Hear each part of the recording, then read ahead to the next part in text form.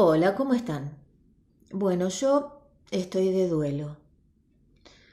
La persona por la cual grabé hace algunas semanas atrás ese video que llamé Agradecer la vida consciente, partió ayer después de exactamente 40 días de haber estado internada en terapia intensiva de un sanatorio, luego de haber sufrido un ACV isquémico que se fue complicando con algunas otras cuestiones. A poco de haberme dado la noticia, me preguntaron qué era conveniente hacer con los niños, con los nietos, con los familiares de esta persona. Porque los papás lo que sentían era que no querían que esos niños se quedaran con una imagen fea o que se traumatizaran.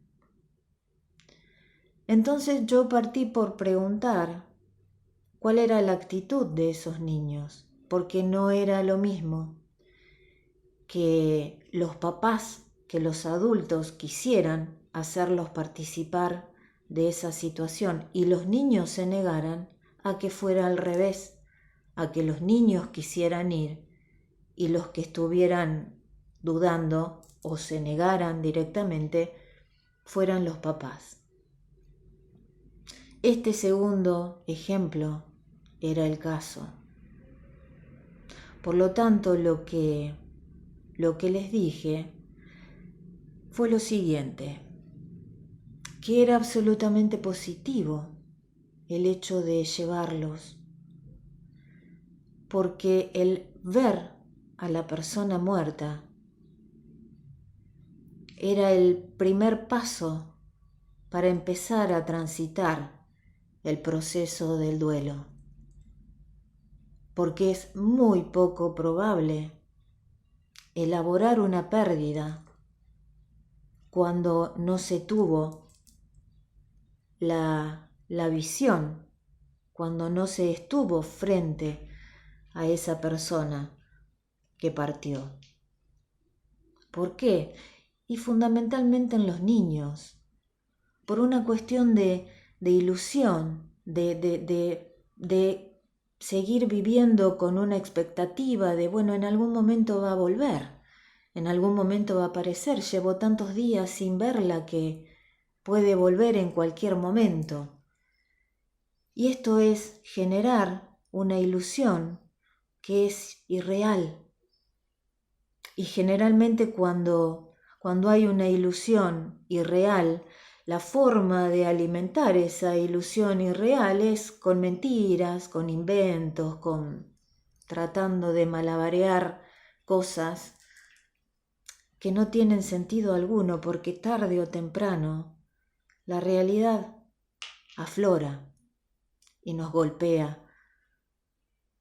Y ese golpe de alguna manera hace retroceder un montón de pasos. Y al recién entonces poder empezar a elaborar el duelo, se le suma toda esta otra cuestión de engaño, de autoengaño.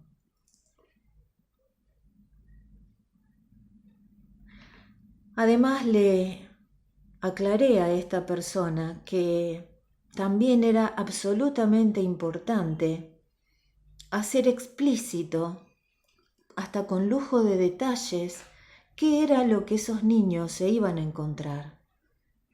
O sea, contarles previamente, anticiparles a dónde iban a ir y con qué se iban a encontrar, cómo era el espacio, qué tenía, cómo está esa persona, cómo iba a estar, cómo iban a ver a esa persona, dentro de qué, como para que al llegar al lugar no corrieran el riesgo de sorprenderse o de encontrarse con algo que los descolocara porque nadie les hubiera dicho que esto iba a ser de esa manera.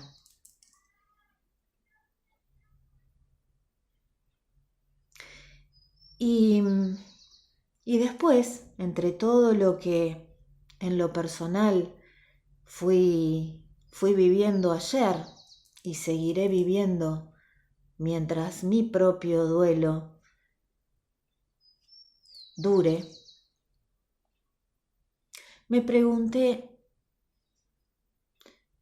¿con qué frecuencia hablamos de la muerte con nuestros hijos? ¿Realmente hablamos de la muerte con nuestros hijos? ¿Nos preparamos nosotros de alguna manera y por ende los preparamos a ellos para enfrentar la muerte de un ser querido?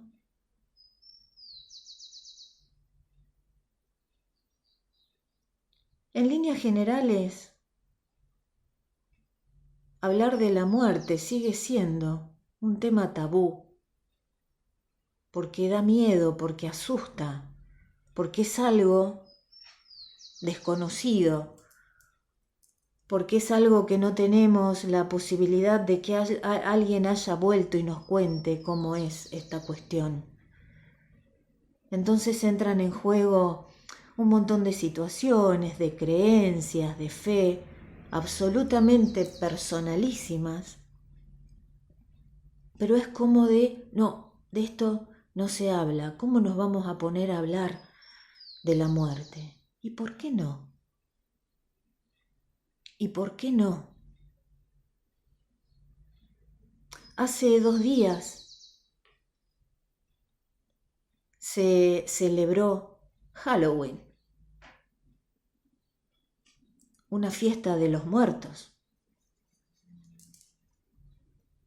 Y nuestros hijos se disfrazan de zombies, de esqueletos, dibujan tumbas, hacen escenografías para hacer pijamadas y se trata de la muerte. Y no los llevamos a un velorio o a un cementerio para que no se traumaticen. Realmente la incoherencia está a la orden del día. Les permitimos que pasen horas y horas diarias jugando a matar, viendo películas de terror, en donde la muerte y la muerte violenta, crudísima, está ahí servida en bandeja. Y eso no nos preocupa, que se traumaticen por eso. Realmente cuánto nos falta aprender y seguir aprendiendo. Y uno de los aprendizajes básicos debería ser el poder ser coherentes entre lo que pensamos, sentimos, decimos y hacemos. Porque en la mejor de las oportunidades hay demasiado blablaje dando vueltas, pero que a la hora de los hechos no se traslada. Todo aquello que decimos es como que quedó en discurso, en oratoria, pero no lo llevamos a la práctica, a la realidad. La muerte es parte del proceso, del ciclo de la vida. Es dolorosa, es una pérdida, es enfrentarnos a la ausencia. Pero cuanto más hablemos, cuanto más lo conversemos entre nosotros, mejor vamos a poder actuar fundamentalmente frente a nuestros hijos en los momentos en los que sucede, porque incluso generalmente pensamos en los abuelos por una cuestión de biología y de naturalidad, pero muchas veces los que partimos somos nosotros, somos los papás. Y yo pregunto, ¿preparamos a nuestros hijos para que dentro de un rato dejemos de estar? Una pérdida duele. Eso es un duelo. El duelo es dolor. Y la única forma de transitarlo es de la única forma en que es posible gestionar las emociones y que es dejándonos atravesar por eso, sentirlo y a partir de sentirlo poder empezar a elaborarlo, a procesarlo para que después de que esto duele, duelo y duelo, duelo, hasta que sano.